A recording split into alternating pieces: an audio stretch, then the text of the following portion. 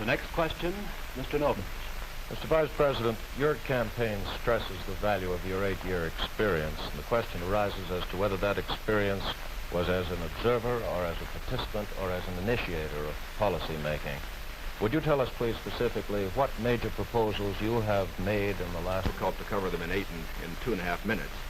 I would suggest that these proposals could be mentioned. First, after each of my foreign trips, I have made recommendations that have been adopted. For example, after my first trip abroad, I strongly recommended that we increase our exchange programs, particularly as they related to exchange of persons, of leaders in the labor field and in the information field. After my trip to South America, I made recommendations that a separate inter-American lending agency be set up, which the South American nations would like much better than to participate in the lending agencies which treated all the countries of the world the same. I have made other recommendations after each of the other trips. For example, after my trip abroad to Hungary, I made some recommendations with regard to the Hungarian refugee situation, which were adopted not only by the President, but some of them were enacted into law by the Congress. Within the administration, as a chairman of the President's Committee on Price Stability and Economic Growth, I have had the opportunity to make recommendations which have been adopted within the administration and which I think have been reasonably effective. I know Senator Kennedy suggested in his speech at Cleveland, yes, the United States. Well, I would say in the latter that and that's what I found somewhat unsatisfactory about the figures, Mr. Nixon, that you used in your previous speech. When you talked about the Truman administration, Mr. Truman came to office in 1944 and at the end of the war, and for 7.5 years. And comparing them to the last 8 years, I prefer to take the overall percentage record of the last 20 years of the Democrats and the 8 years of the Republicans to show an overall period of growth. In regard to price stability, I'm not aware that that committee did produce recommendations that ever were certainly before the Congress from the point of view of legislation in regard to controlling prices. In regard to the exchange of students, of labor unions, I am chairman of the subcommittee on Africa, and I think that one of the most unfortunate phases of our policy towards that country was the very minute number of exchanges that we had. I think it's true of Latin America also. We did come forward with a program of students for the Congo of over 300, which was more than the federal government had for all of Africa the previous year.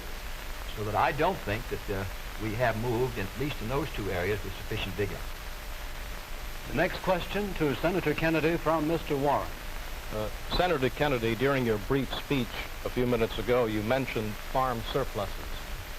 I'd like to ask this. It's a fact, I think, that presidential candidates traditionally make promises to farmers.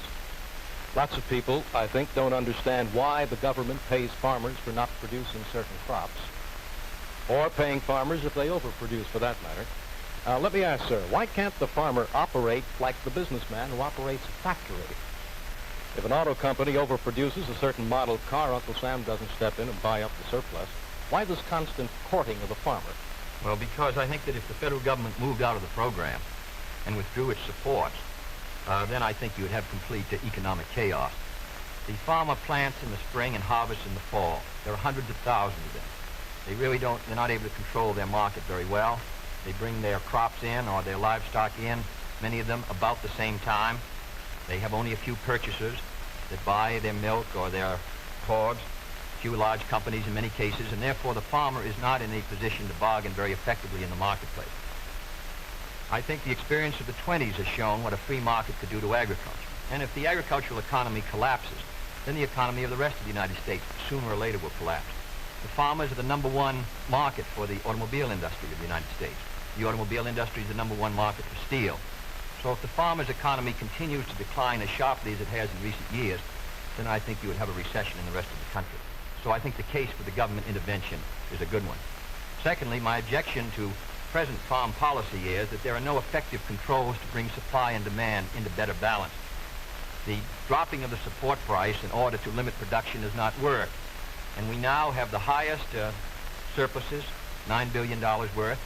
We've had a higher tax load from the Treasury for the farmer in the last few years with the lowest farm income in many years. I think that this farm policy has failed. And my judgment, the only policy that will work will be for effective supply and demand to be in balance. And that can only be done through governmental action. I therefore suggest that in those basic commodities which are supported, that the federal government, after endorsement by the farmers in that commodity, attempt to bring supply and demand into balance, attempt effective production controls so that we won't have that 5 or 6% surplus which breaks the price 15 or 20%. I think Mr. Benson's program has failed. And I must say, after reading the Vice President's speech before the farmers as he read mine, I don't believe that it's very much different from Mr. Benson. I don't think it provides effective governmental controls. I think the support prices are tied to the average market price of the last 3 years, which was Mr. Benson's theory. I therefore do not believe that this is a sharp enough breach with the past to give us any hope of success for the future. Mr. Nixon, comment? I, of course, disagree with Senator Kennedy insofar as his suggestion as to what should be done on the farm program. He has made the suggestion that what we need is to move in the direction of more government controls, a suggestion that would also mean raising prices that the consumers pay for products and imposing upon the farmers controls on acreage even far more than they have today. I think this is the wrong direction. I don't think this has worked in the past. I do not think it will work in the future. The program that I have advocated is one which departs from the present program that we have in this respect. It recognizes that the government has a responsibility to get the farmer out of the trouble he presently is in because the government got him into it. And that's the fundamental reason why we can't let the farmer go by himself at the present time. The farmer produced these surpluses because the government asked him to through legislation during the war. Now that we have these surpluses, it's our responsibility to indemnify the farmer during that period that we get rid of the surpluses. Until we get the surpluses off the farmer's back, however, we should have a program, such as I announced, which will see that farm income holds up. But I would propose holding that income up, not through a type of program that Senator Kennedy has suggested that would raise prices, but one that would indemnify the farmer, pay the farmer in kind from the products which are in surplus. The next question to Vice President Nixon from Mr. Van Oker. Mr. Vice President, since the question of executive leadership is a very important campaign issue, I'd like to follow Mr. Noven's question. Now, Republican campaign slogans, you see them on signs around the country as we did last week, say, it's experience that counts. That's over a picture of yourself, sir, implying that you've had more governmental executive decision-making experience than your opponent. Now, in his news conference on August 24th, President Eisenhower was asked to give one example of a major idea of yours that he adopted. His reply was, and I'm quoting, "If you give me a week, I might think of one. I don't remember." Now, that was a month ago, sir, and the President hasn't brought it up since. And I'm wondering, sir, if you can clarify which version is correct, the one put out by Republican campaign leaders or the one put out by President Eisenhower? Well, I would suggest, Mr. Van Oker, that if you know the President, that was probably a facetious remark.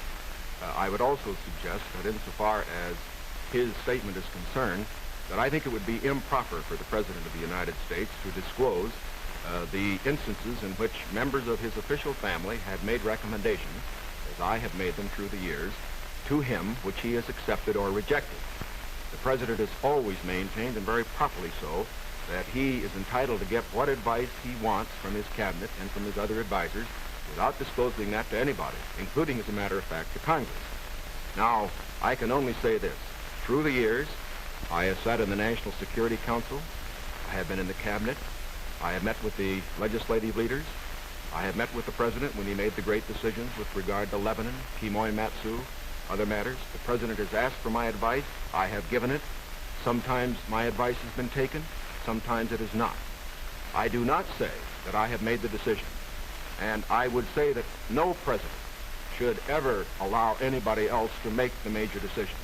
The President only makes the decision. All that his advisors do is to give counsel when he asks for it. As far as what experience counts and whether that is experience that counts, that isn't for me to say. I can only say that my experience is there for the people to consider.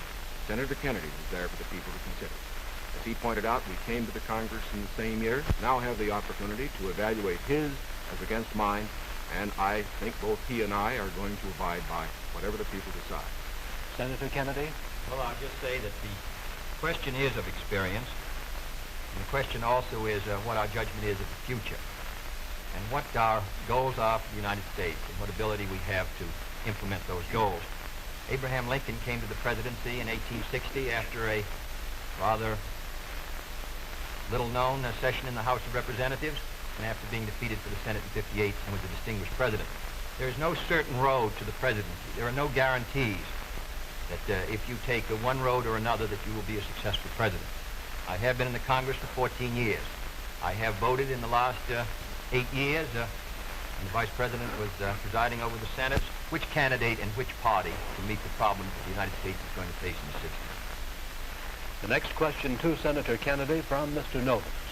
Senator Kennedy, in connection with these problems of the future that you speak of and the program that you enunciated earlier in your direct talk, you call for expanding some of the welfare programs for schools, for teacher salaries, medical care, and so forth, but you also call for reducing the federal debt. And I'm wondering how you, if you're president in January, would go about paying the bill for all this. Does this mean that I did not advocate reducing the federal debt because I don't believe that you're going to be able to reduce the federal debt very much in 1961, 2, or 3. I think you have heavy obligations which affect our security, which we're going to have to meet. And therefore, I've never suggested we should be able to retire the debt substantially or even at all in 1961 or 2. Senator, I believe in one of your speeches you suggested that reducing the interest rate would help toward... No, not reducing. However, the kind of programs that I talk about, in my judgment, are fiscally sound. Medical care for the aged, I would put under Social Security. The Vice President and I disagree on this. The program, the Javits-Nixon or the Nixon-Javits program, would have cost, if fully used, $600 million by the government per year and $600 million by the state. The program which I advocated, which failed by 5 votes in the United States Senate, would have put medical care for the aged in Social Security and would have been paid for through the Social Security system and the Social Security tax. Secondly, I support federal aid to education and federal aid for teachers' salaries. I think that's a good investment. I think we're going to have to do it. And I think to heap the burden further on the property tax, which is already strained in many of our communities, will ensure, in my opinion, that many of our children will not be adequately educated and many of our teachers not adequately compensated. There is no greater return to an economy or to a society than an educational system second to none. On the question of the development of natural resources, I would pay as you go, in the sense that they would be balanced and the power revenues would bring back sufficient money to finance the projects, in the same way as the Tennessee before us all. Faces all Republicans and all Democrats is, can freedom in the next generation conquer, or are the communists going to be successful? That's the great issue. And if we meet our responsibilities, I think freedom will conquer. If we fail to move ahead, if we fail to develop sufficient military and economic and social strength here in this country, then I think that the tide could begin to run against us. And I don't want historians 10 years from now to say, these were the years when the tide ran out for the United States. I want them to say, these were the years when the tide came in. These were the years when the United States started to move again. That's the question before the American people, and only you can decide what you want this country to be, what you want to do with the future. I think we're ready to move, and it is to that great task, if we're successful, that we will address ourselves. Thank you very much, gentlemen. This hour has gone by all too quickly. Thank you very much for permitting us to present the next President of the United States on this unique program. I've been asked by the candidates to thank the American networks and the affiliated stations for providing time and facilities for this joint appearance. Other debates in this series will be announced later and will be on different subjects. This is Howard K. Smith. Good night from Chicago.